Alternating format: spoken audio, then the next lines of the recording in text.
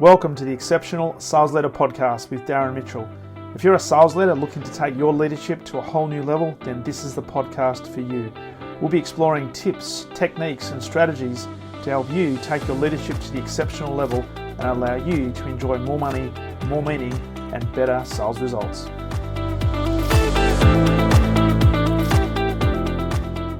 All right, welcome back to the Exceptional Sales Leader Podcast. It's a beautiful day here in Melbourne, and man I'm speaking with right now, he's living in the beautiful state of Queensland. He is an ex-Victorian coming from Croydon, but he's now living in Hope Island. Is Hope Island near the Gold Coast or is it on the Gold Coast? It's on the Gold Coast. It is on the Have you Gold heard of Coast. Century Cove? Century Yes. Cove is part of Hope Island. It sits in the middle of it. Love it. I've played golf many times back in the day in There you go, one of you know these the corporate area. junkets.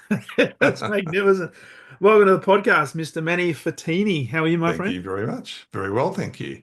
Looking forward to this conversation. And full disclosure, we're not going to talk about politics because we've just spent 15 minutes talking about politics. Yeah, we covered a few things. We And have an election coming up this week, so that's why we talked about it. As we record this, and this episode is probably going to come out just a little bit after the federal election, so who knows what's going to happen. But we're not going to talk about politics today. We are going to talk, though, about leadership, sales leadership, and all things mindset. So, Manny, you're the CEO of My Growth Corporation, Right. 30 plus years in corporate. You've run sales teams, you've been a salesperson, you've been a leader, you work in leadership, and you're also an author. Yeah, I've written a few books, actually. Yeah, and the latest one is the mind congruency effect. Correct. Love it. So we might even talk about that. But before we jump into the topics, love to know a little bit about your background in terms of what has led you to doing what you're doing today. Okay. So when I left school many, many moons ago, my intention was to become an accountant. And I did very well. I was very good at accounting.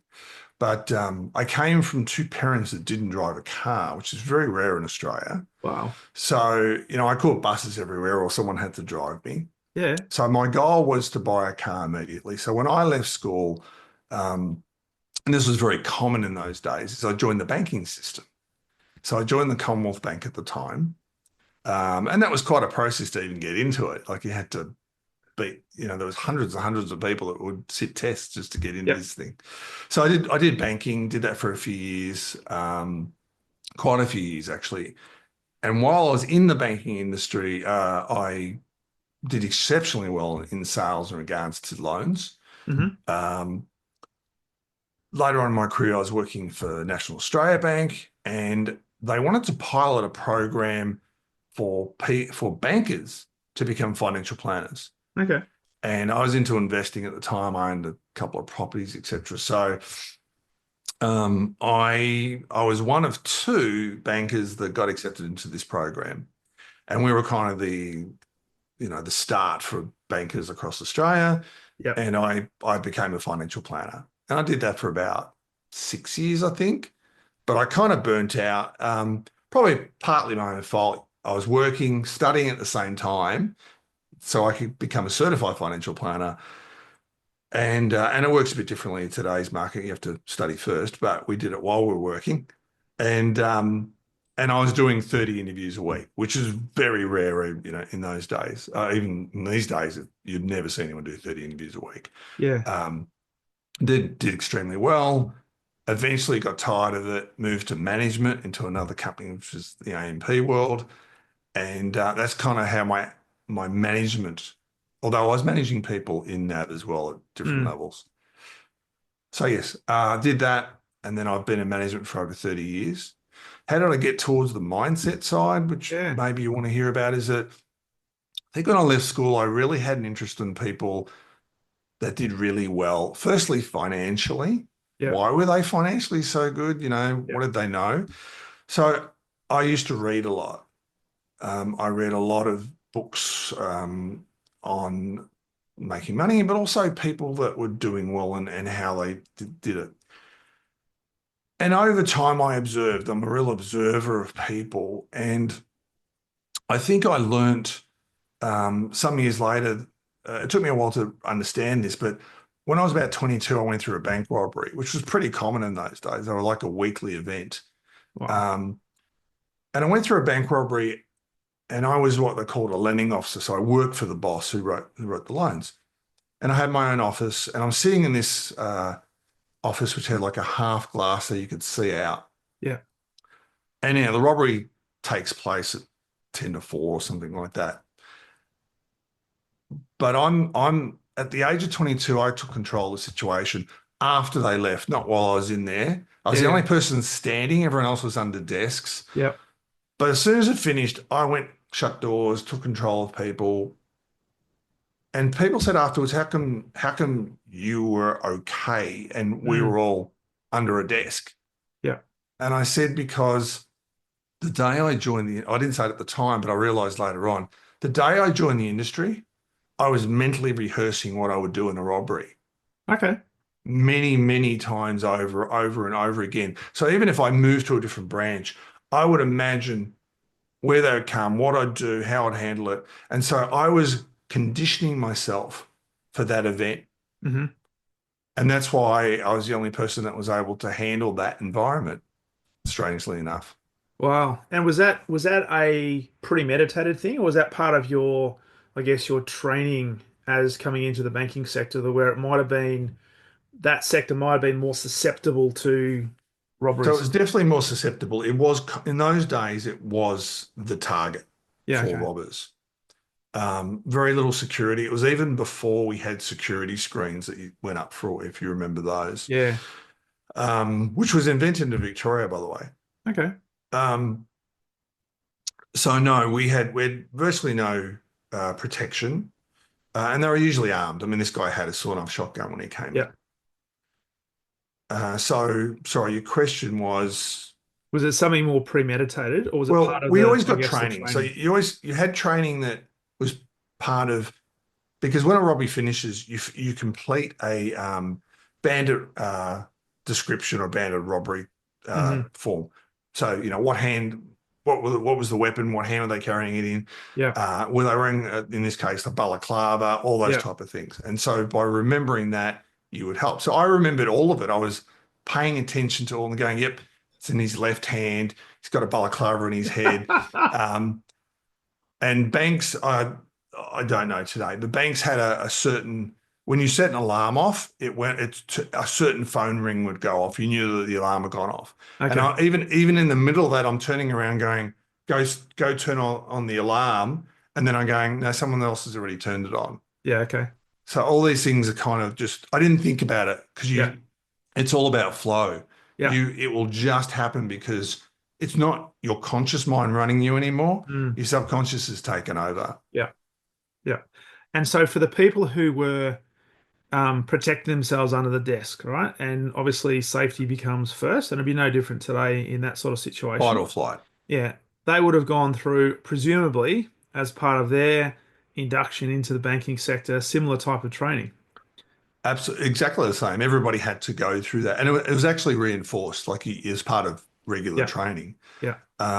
The difference in my case, which is what my realization came to many years ago, was Yeah. mine was a conditioning Mm. that I had done, and then I didn't need to think about it. It just happened. Yeah. Yeah. So you mentioned before that you've got your conscious mind and your subconscious mind, and the subconscious mind, everything we see, everything we talk about, it goes into the subconscious. The challenge, though, sometimes is for us to be able to access that because it is conditioning, and that's why for many people it's difficult to change habits.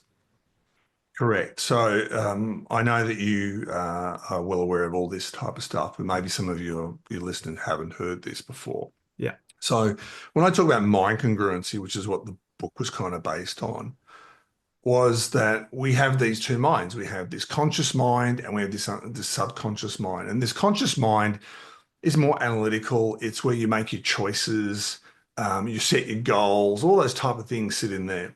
Mm. The problem we have is that we have a competing mind, which was conditioned years before, used most of it when we were young. And we think we're heading down a path. We're heading down a goal. We've got a sales target. Mm. Now, we all know that in our lives, in different aspects of our lives, that we get this negative self-talk comes out of somewhere and tells us, no, no, you can't do this, or you shouldn't be aiming for this, or you're not educated enough to do this. And this is the conditioning that we've got. Yeah. And so, as you would know, the sooner that we change this and the sooner that we align the two, which is this congruency between the two, the sooner that you start moving forward in your targets, whatever that Mm. looks like in life.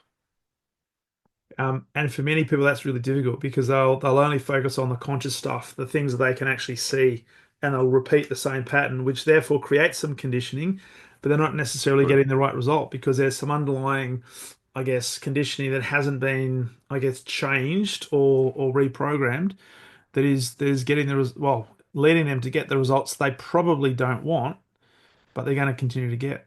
Correct. So we self-sabotage, but not intentionally. Mm, yeah, Um, it's a little bit like as we get a little bit older, Darren, is that I don't know if you've experienced this, but you'll have something that you'll do.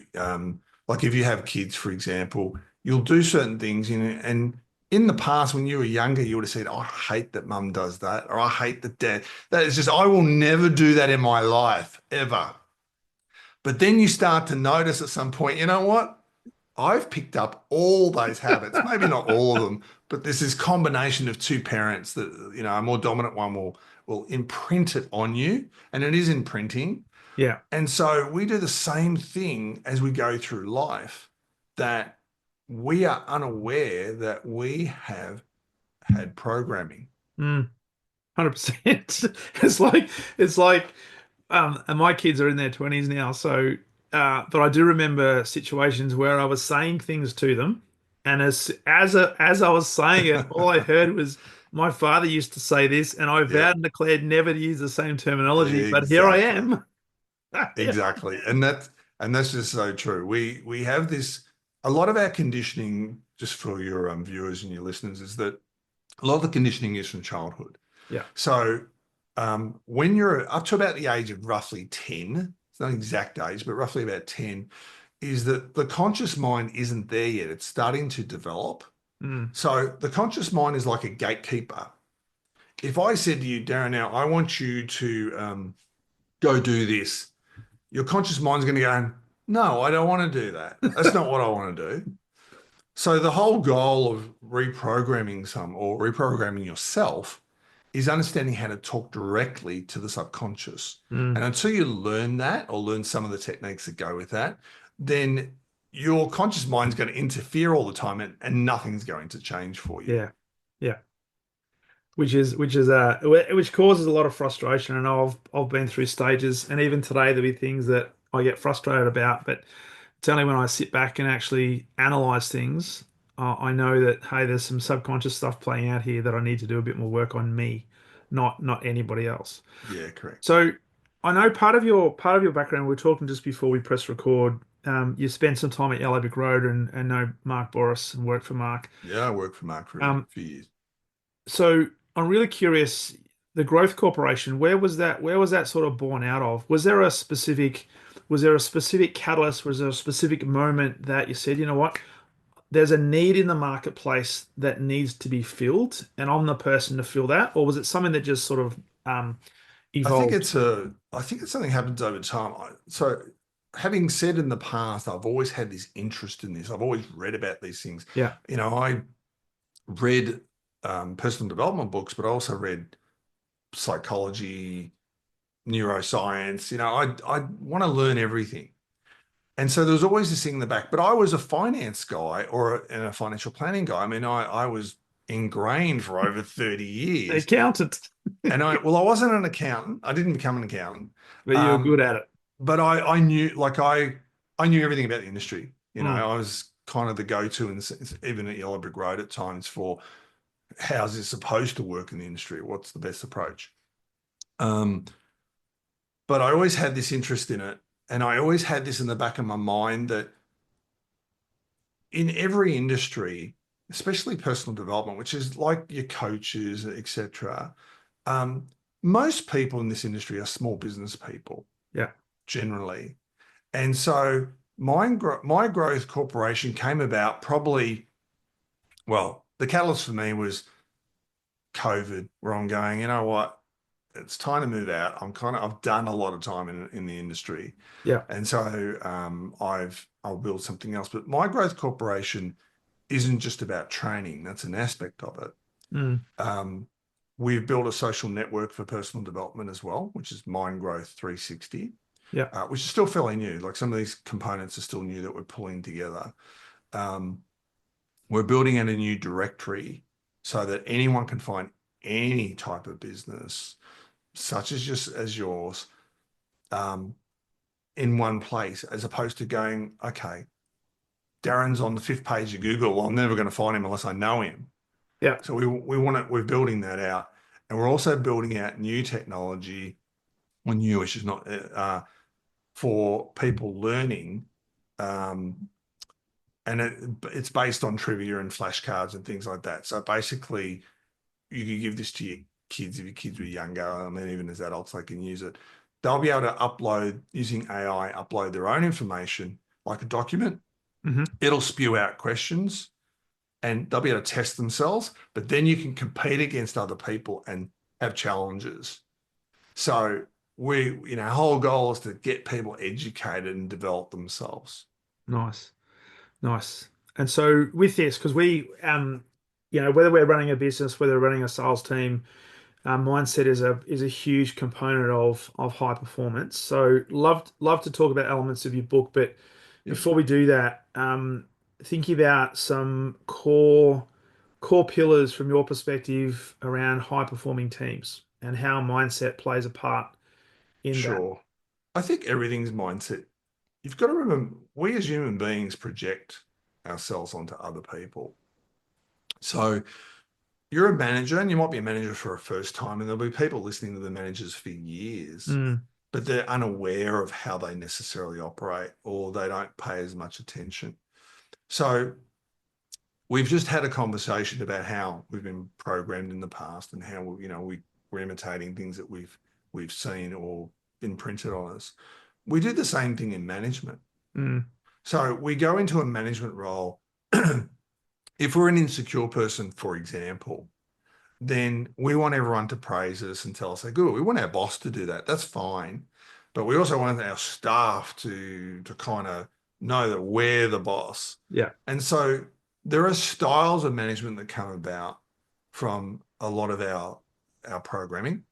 And that's okay to have a style, Mm, but one style doesn't work in every circumstance. yeah. So part of the training that I'm sure you do, excuse me, and myself is that we look at the style that they use, and then we need to work on the mind so that we will adopt other styles to become a more rounded manager. Now, high performance, I've managed several teams, and I've had quite a few that were near the bottom when I inherited them and took them to the top. Yeah. And the reason we took them to the top is because I always look at a team as firstly as a team, as individuals, and also as people that bring their past with them. And I have to work with their past, Hmm. which most cases they're not aware of. So I have a few things that I do when I start with a team is I have my initial team meeting to tell them the vision of where I think we want to take this place. And a Yeah. lot of that relates to maybe a larger corporation, but also my own direction. Yeah. Then I interview every person within a team because every person needs to feel that they're being heard and not Mm, just part of the numbers. And so I will interview every person in my team and ask them what is their motivation? Why are they here? Now, a lot of cases, it's really money, right?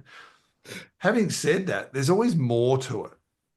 Like, yes, I worked for money for corporations, but I also liked the fact that I could achieve something.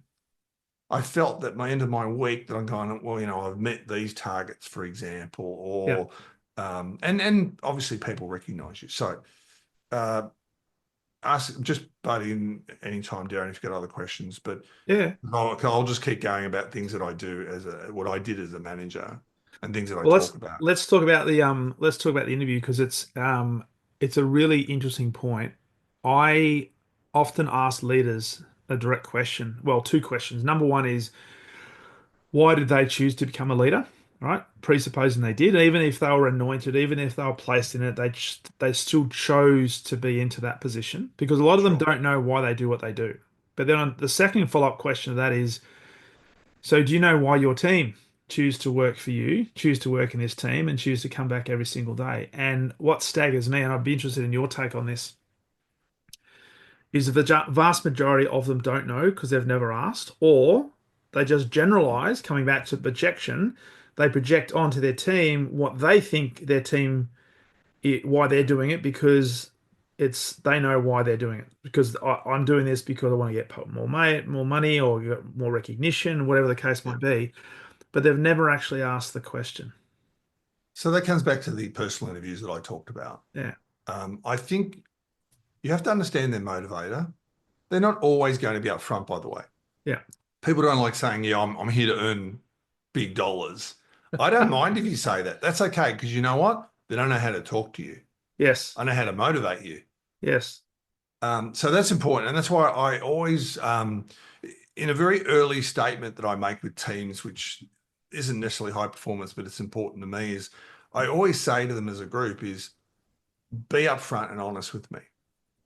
If you lie to me, that is to your own detriment. yeah, And the reason I say that too is because I want people to get to the point they go, you know what? I feel that I can tell him anything.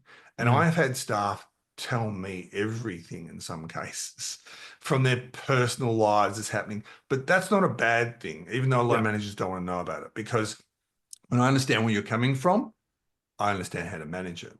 100%.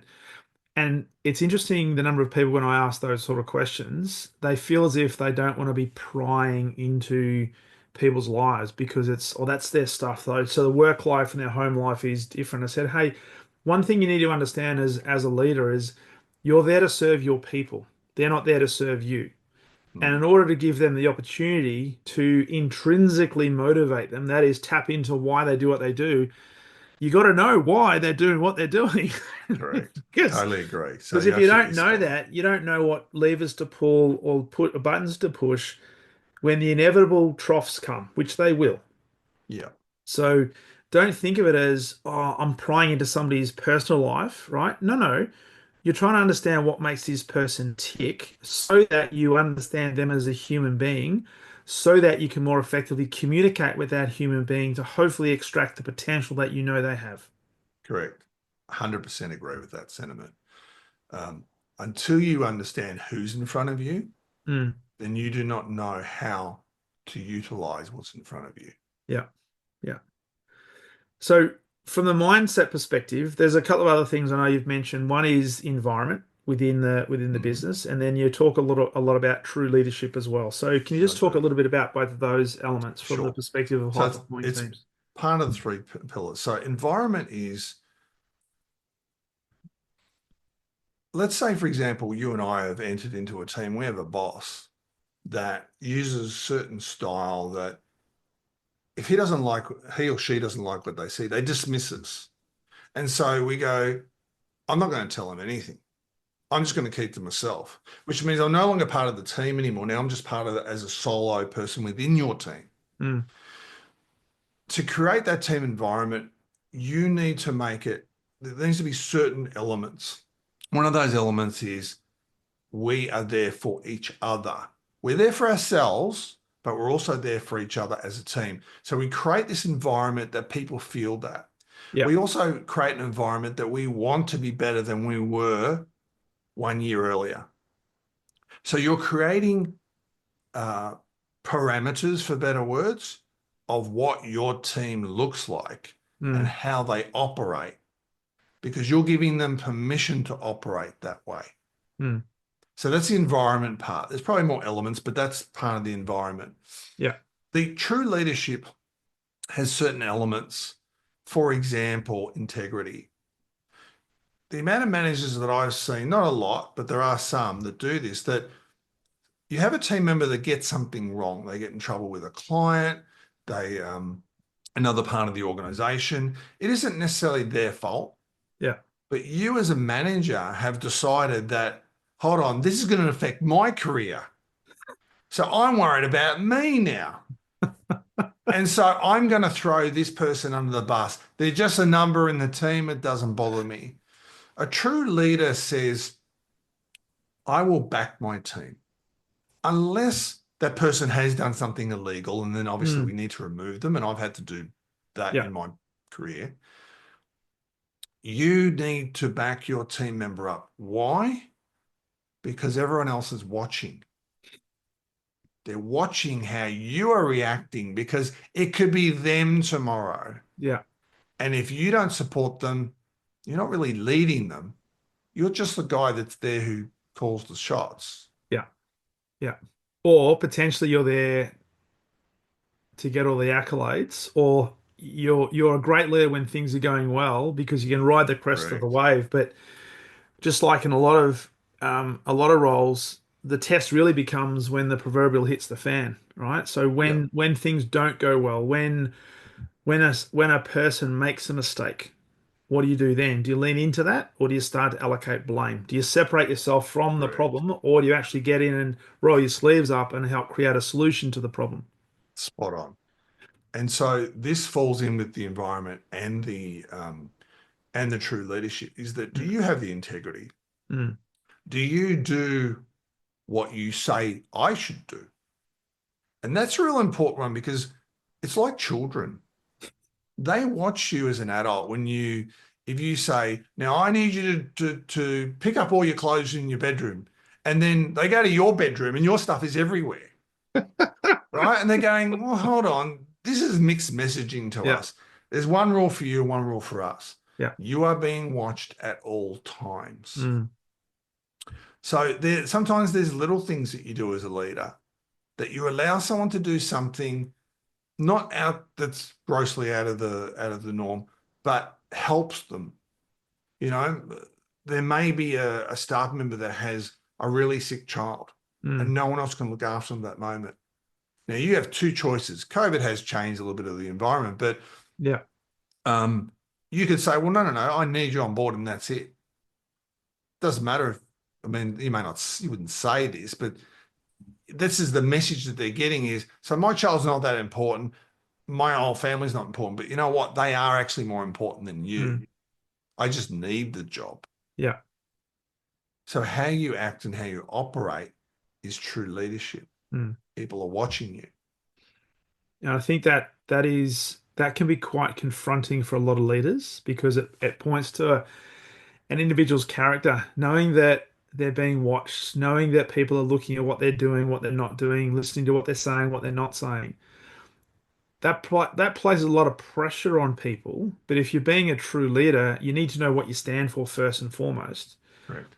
and what's important to you, and be really ruthless and uncompromising in maintaining those sort of standards. Because if you say there's one rule for one person and another rule for another person, and people are seeing that, then that creates dysfunction, but it also creates disunity and uncertainty and ambiguity. So that's what you cannot afford to do within a high performing team because it won't be high performing for very long. Correct. And see, a lot of managers, and I'm sure you people listening have been in this position themselves, is that you usually inherit a team. You don't usually get to build them from Yeah. scratch. So there's a lot of managers that take credit for inheriting a team that might have 2 out of 5 top operators that carries everybody else, Mm. and they're getting all the accolades. Wow, Yeah. wow, you must be fantastic. Look at your team; they're kicking goals, but you've really done nothing for that. You've just Mm. been in charge, and so that's really important that we think about those things. That it's building high performance team is building a team of high performers that Mm. operate together. Yeah. So when you take control, you're not just inheriting and going, let it just happen. Mm. Absolutely. And the mindset becomes such an important element of that. Not only, I mean, I say to leaders all the time, you need to understand that your team is and always will be a reflection of you. So whatever you're seeing playing out in your Correct. team is pretty much a reflection of what's happening inside you. But not all people want to recognize that But because that's what a that looks really, like. really, that's a really good insight, Darren, because I've worked in organizations, and I've worked for a few in my time, um, whereby a team can be a fantastic team, and then a new manager comes in, and the new manager is reacting to their manager above. Mm, So in the past, they may have been great to work with, you're all operating okay, but he or she's getting a hard time from someone mm, above them. And so their personality changes and they start to fracture the team yes. and make decisions that are not, that shouldn't be. It's a difficult thing as a manager when you're caught in the middle. You've Mm, got your team and you've got your manager or the manager even above that who is demanding certain things from you. But I still maintain if you keep on the course of improving the team, of maintaining a certain mindset and all the elements that you and I have been talking about today, the team moves together mm, rather than you fracturing your team and the people going, you know what, can't work for them anymore. I've yeah. got to leave now. Yeah. Yeah. And unfortunately, you see that. You see people when a new manager comes in, um, and this is I've seen this time and time again. One of the key triggers of that is the new manager comes in and thinks, well, I've got to put my imprint on this team. And how do I do that? Yeah. I've got to create some change within the first, 30, 60, 90 days. And often that change is a restructure of some sort, right? Or some Yes. sort of Yep. review.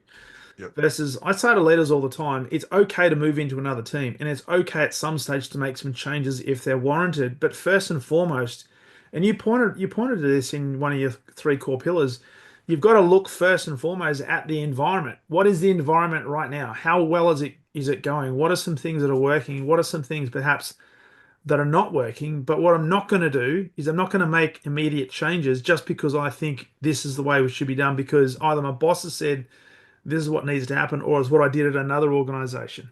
That is a recipe for potential disaster. There's also an element of insecurity that comes with it. Mm, Because if the person you've walked into their shoes, even if they weren't very good, but especially if they were very good at what they did, a lot of people feel this need to demolish that view of that people had of the individual so mm, that they can look good. yeah, And the fact is, you need to be your own individual. yeah, You need to gain, you should have respect because you've walked in, but you maintain the respect of the way you operate, which is mm, why I talked about the three pillars. mm, Because when you have that, it doesn't matter what the previous person did. Yes, you still speak highly of them, but they're hopefully going to speak highly of you as well. yeah, yeah. And if you realize that as a leader, it's actually not about you, so don't make it about you. It's all about your team. Then you're more likely to create that environment where people are going to come with you on the journey. Because if they feel as if the leader's there for themselves, they're more likely Correct. to look for opportunities to do their own thing. And guess what? You're going to see selfish behavior start to play out in the team. And you're, Correct. as a leader, thinking, geez, what's going on there? Well, it's what you created, sunshine. And absolutely. And that's absolutely spot on. Um, I have a few traits that I consider for managers. So what I use, I built this a card system. Yeah. So it comes in a little kit. This is when I do live trainings. They actually I don't know if you can see it, but they Yeah. actually get that with the training. And what's in the training is, for better words, playing cards. But Okay. the playing cards are made up of different sections. So, for example, these are different management styles, and we Hmm. talk about the management styles. We talk about management of traits. Yeah. We talk about we go into scenarios. We actually, part of this training is we give you a scenario and we teach you how to use certain techniques. Mm. And one of those techniques, which you probably potentially teach as well, is storytelling. It's one of the most powerful ways to talk to the subconscious. Mm. So, for your listeners who may or may not be familiar with this concept, when you tell a story that has a meaning behind it, two things are happening at the same time. If it's an interesting story, the conscious mind is listening to the story. Just Yeah. like watching a movie, it's interested in what it's seeing. Yes. It is now engaged, and the gatekeeper, the conscious mind, is now out of the way. If the story has meaning behind it, the subconscious, which is how that works. It operates in images, it works in metaphors, Mm. symbolism. Yeah, It will pick up the meaning, and you've given the meaning to an individual without giving them an order of any type. that's it. And that's why storytelling, even if it's not true, but true stories are the best, is people connect, understand, engage, and go, I get it. I get what Mm. he's talking about. Yeah, yeah. Versus just getting heaps of content thrown at them or heaps of Correct. principles thrown at them. But if you weave Correct. it into a story, and one of the greatest stories I use is the hero's journey. And Oh, the yeah. fact that we're all on the hero's journey, and a lot of the blockbuster movies are based on the hero's journey. If you follow it along, it's we're all on our own, and we're at some stage of that hero's journey. But when you can put it into a story, and you can use such a thing like a movie, or the evolution of a company, and where Yeah. they might be on the hero's journey, there's a high probability of that sinking in, because, as you talk about, the subconscious is hearing all the principles and the meanings behind the words. We're hearing the words, but all the subconscious is hearing all the context behind it. Correct. So, I want to talk a little bit about your book, because people listening to this Sure. are probably thinking, well, what are some key principles that I can grab hold of and maybe implement and use in my day to day? Now, in your book, you talk about 5 revolutionary principles. We can go through all of them, or if there are a couple that I'll, are I'll that are just give it more. in general. I won't go Yep. into great detail. So the book is not written for salespeople necessarily. It's written Mm, for everybody. Um, and the book essentially talks about what I've described before, which is microcongruencies, understanding that to be a high performer of any type, you need that alliance between the two. So we talk about that. The principles, or what I call dream methodology sometimes, because it's an acronym, hmm is essentially about, if you're coaching someone, is delving a little bit into it, into the person. And when we've talked about this in this conversation, is understanding the person in front of you.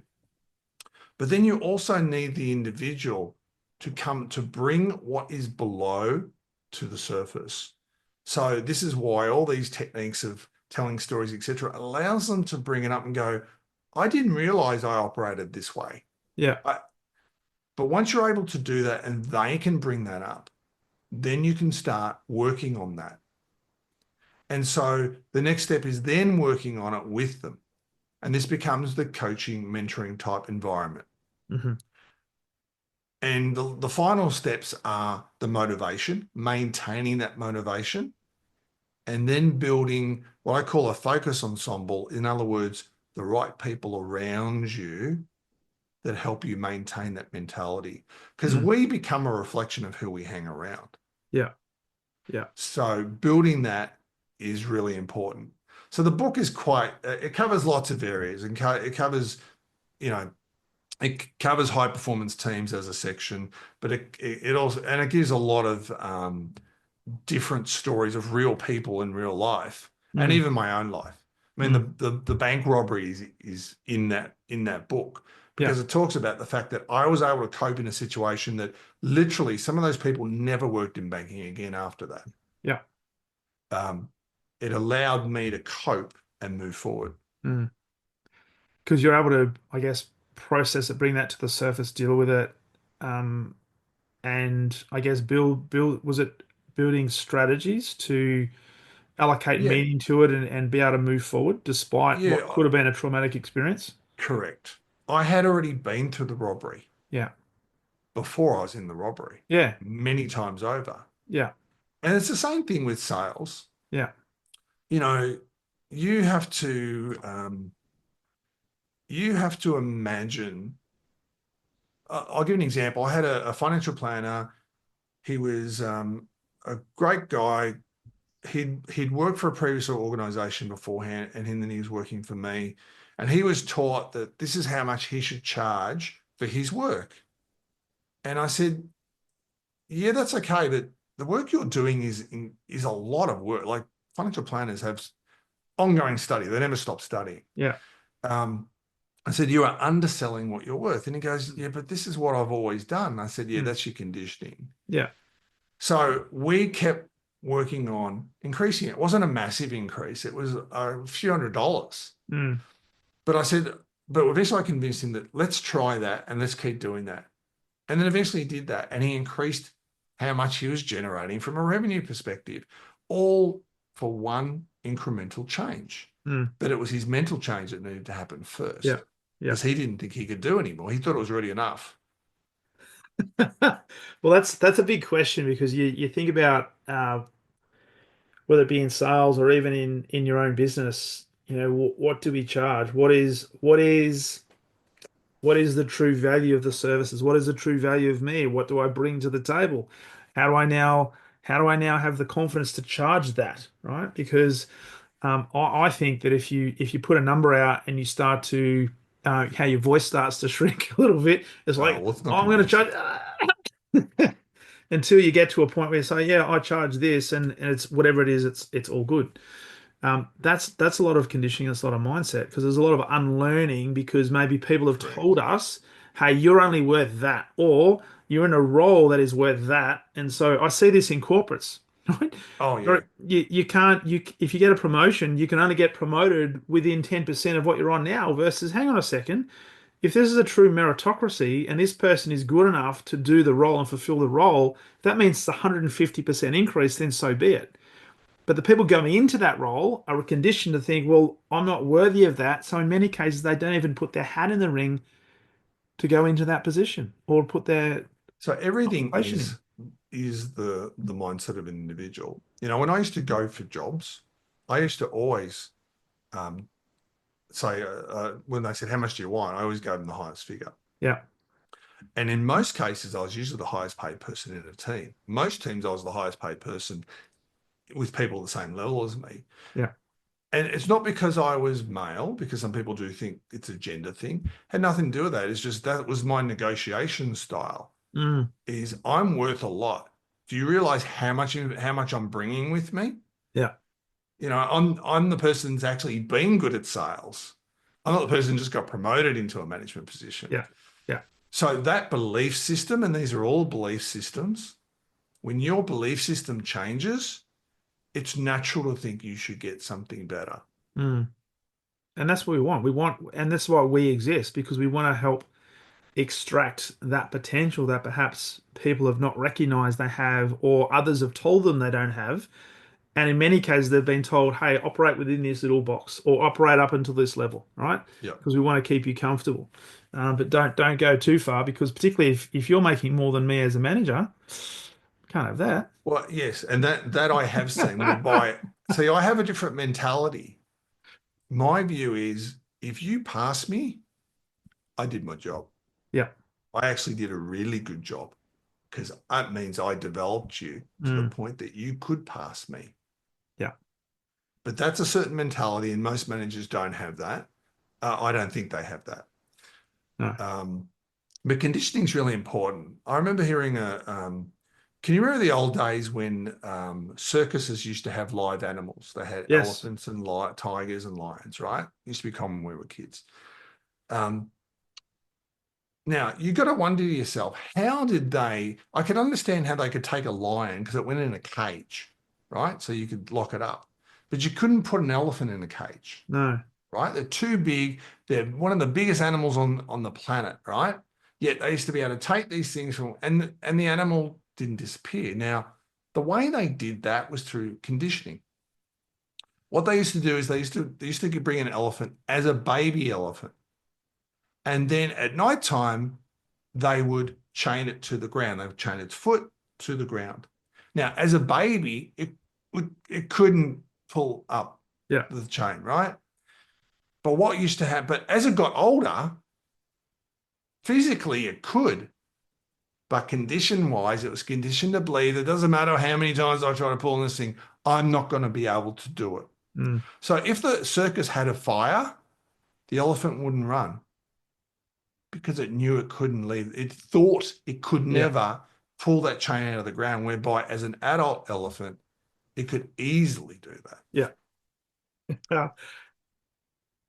And that's kind of an example of conditioning that we have been given Mm. as children and adults. And it's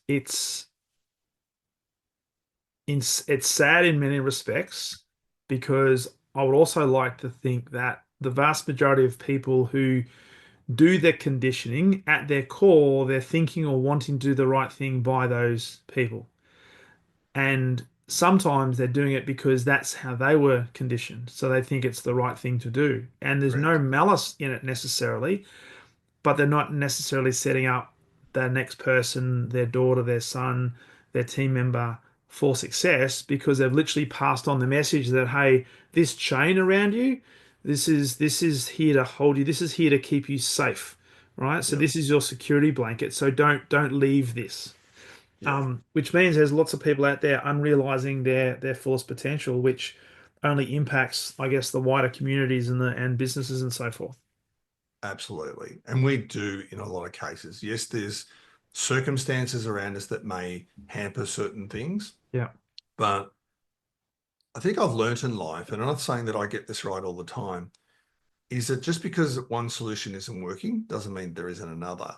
And the Yeah. reason that I know that is because if I look at people that are really successful, they didn't all have money. They weren't always born with a silver spoon in their mouth, No. but they found a way. And if you read a lot of autobiographies or watch movies that talk about people's lives, Mm. some of these people will go through immense amounts of adversity to get there. The Yeah. difference between them and us is the way they think. Yeah. Yeah. 100%. So what I'd love to do is for the people listening, there'll be people who are sales leaders, there'll be people who are individual contributors, there'll be people who just wanted to get better at what they're doing. What are some ideas that we can share with them that they can start to implement to either start to do the reprogramming, change the conditioning, increase, I guess, the focus on better developing or bringing to the surface some of the things that perhaps have been holding them back? Are there specific tactics or frameworks that you share with your clients to help them do So this? if you're working on your own, on yourself, um, number one, make sure you're sitting in a, when I will say environment again, of people around you that think where you want to be. Mm, Now, that isn't always necessarily your own manager, mm, even though that's probably the first person you're going to think of. You know, I'm sure some of your listeners have had this in the past where they've had an idea, an entrepreneurial idea, and they've said, this would be a great idea. I'd really like to do this and maybe leave corporate or leave my job or do this as a side hustle. And they get to that point and the person and the family goes, you can't do that. You'll lose everything. It won't happen. Now, I'm not saying dispose of all your family. What I'm saying is you need to start hanging around those that want you to do better. Because we have, and this isn't my concept, but I talk about it in the book, is the autopilot. I don't know if you've mm. heard this concept before, but for those that haven't heard it, we're all familiar that a plane has an autopilot. And essentially, the autopilot is, the pilot takes the plane up, sets it at an altitude, at a speed. If a gust of wind comes in and blows the plane, it's going to bring it right back to where it was before. Yeah. We all have this autopilot, this conditioning from the past. So when you go, I'm aiming for the stars, you get to a point and the autopilot kicks in and brings you back. This also applies to the people you hang around. They also have an autopilot. So you'll have people that you'll go, well, I've got a great idea. I'm gonna try to do this. I'm gonna try to do that. And they're gonna go, oh, that wouldn't work. You shouldn't do this. You shouldn't do. Their autopilot is saying, come back to my level. And Yeah. that's not what you need. You need someone that says, you know what? My autopilot's up here. This is where you want to fly. Mm, You should be hanging around me because together you'll change your autopilot. yeah. That's such an important point. It's hang around people who would like to be not so much who you'd like to be like, but who are operating at a bigger level. And that doesn't mean they're necessarily more tangibly successful than you, but they think at a bit different level. They Yeah. look at things differently. They're more curious. They're always open to experimentation. They're not concerned about making mistakes because they know that mistakes is part of the evolution of growth. Yeah. Um, but you're right. If you're hanging around people who are safe, who want to be comfortable, then you will be comfortable. It's as simple as that. And the average of the five people closest to you in principle. And it's actually really hard because a lot of cases they're our best friends. Mm, We hang around, we've known them since school. We hang around them. We've done everything together since we were teenagers. And suddenly there's these two guys sitting on a podcast saying, hold on, maybe they're not the best person for you. They were when you were a kid, yeah, but now you want to be successful.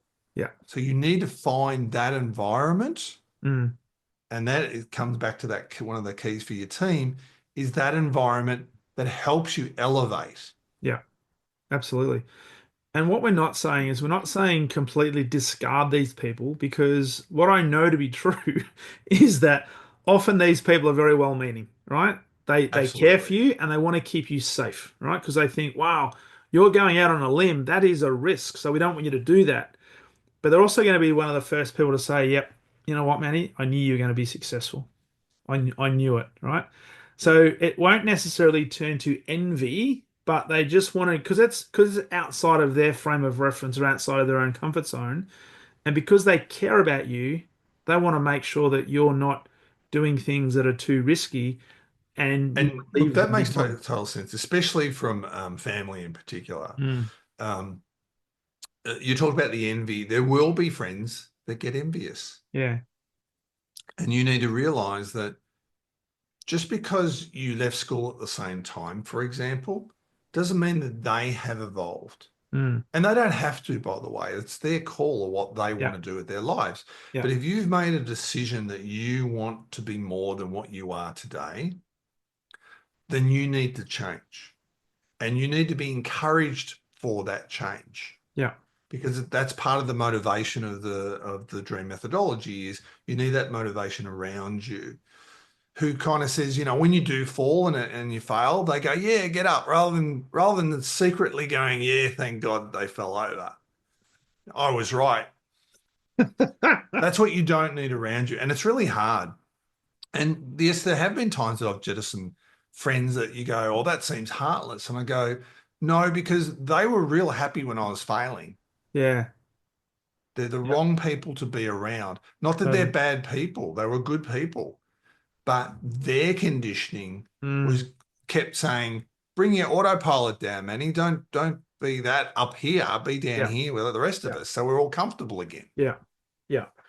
So that's probably one of the biggest things that people can take away from this is set your standards really high. Um, don't necessarily base that on reality, but base it on what you think you're capable of, but also go and find out. Because the other thing that people need to realize is at the base of your brain, you've got this reticular activating system or the RAS, right? And if you set your sights really high, what will start to happen is your RAS will start to look for evidence to support that, and then there'll be people that come into your environment, into your world, and opportunities will be presented that give you a sight that say, you know what, there are people who are achieving at this level, so it's an opportunity to step up. So Yeah. do Look, that. I've seen people, and I'm sure you have too, and we all have, of people that we've seen in movies, etc. And you're going, you know what, they were thick as two bricks. I mean, they were not very bright. But you know what? Their belief systems were incredibly high. Yeah, And most of us would have sat back and gone, oh, they're never going to succeed. Look at them. They could barely get through school, yet they're now billionaires. yeah, yeah, You've got a good example in Victoria of a guy who um, did very well for himself, which is Adrian Portelli, if you're familiar with yeah, Adrian's yeah, story. yeah, I see him up here, actually. He occasionally is in the coffee shop I go to, yeah, but he doesn't live up here. He must have a house here, I think. yeah, Um, Adrian has done an exceptional job from going from someone that didn't like school, from my understanding, and assuming he didn't do well at school, he didn't like it, to who kept trying. And everyone was telling him, just go get a job. And he goes, no, no, no, no, I can do more. yeah, He's now one of the youngest billionaire. I think he is the youngest billionaire in Australia. yeah, And that's yeah, amazing. And I take my hat off to him because his belief system was different to everybody else's. Totally. So this has been a phenomenal conversation. If you are leaving people with, as we wrap this up, one more piece of gold in relation to our thinking, reprogramming, tapping into our unconscious or our subconscious mind that can help somebody at least take one step forward towards creating a better environment for them, but also for their team, what would I that think the first step is to work on yourself be? rather than going, oh, I've got to work on everyone else first. Yeah. The moment that you change, so do people around you and so Mm. does your environment. One technique you can probably use on yourself, which I use when I need something to work for me, is self-talk's really important, but it has to, repetition's part of change. Mm. So I tend to do this at nighttime just before I'm about to go into sleep, is I imagine what I want to achieve and what I want to change. So when I get into deep sleep, it has entered into that environment. Yeah. And so I'm allowing the subconscious to take over the instructions I gave it just prior to sleep. Yeah. And things happen miraculously overnight. It's amazing how things happen. True. Mate, this has been a fascinating conversation. Thank you so much. Thank you. For people who want to learn more about you and specifically connect with you and the work that you do, where's the best place for them to do that, Manny? Well, I have a few websites, but maybe go to the main one, which is mygrowthcorporation.com. There Cool. you'll see all my different businesses listed. People want the training component, they can go to mannyfiteni.com. But that's Okay. if you go to My Growth, you're going to see all the All of links that. to it. Yeah, we've got a few businesses that are about to come out, so you'll see Cool. some that say coming soon. Yeah. We have a lot Yeah, I of noticed that projects last on. night. Oh, okay. So Yeah. you can see we've got quite a few projects, got a few tech projects working on right now that we'll be bringing out to help people in different elements. I'm all about personal development, so Yeah. it goes even beyond the leadership Yeah, component. nice. And of course, I'll recommend people to, if you're okay with it, to connect with you on LinkedIn as well. Yeah, absolutely. Say good day. We're always happy to help, obviously, corporations like yourself. We do training with all types of corporations. And we do also do it on an affiliate program. So we do, if you introduce us and we actually get business out of that, then we do pay people for Nice. helping us get into different businesses. Brilliant. And I'll put that on the show notes and yeah, encourage people to Wonderful. reach out and learn a little bit more about what you do and My Growth Corporation.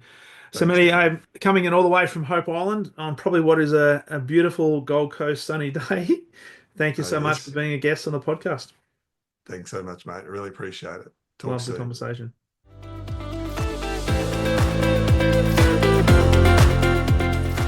Thank you for listening to the Exceptional Sales Leader podcast. I trust the information in this episode has been helpful in your journey towards becoming exceptional.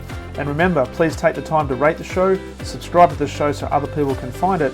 But also, if I can help you, jump on my calendar, go to leadwithdarren.com and let's have a conversation about how I can help you along your journey to being exceptional.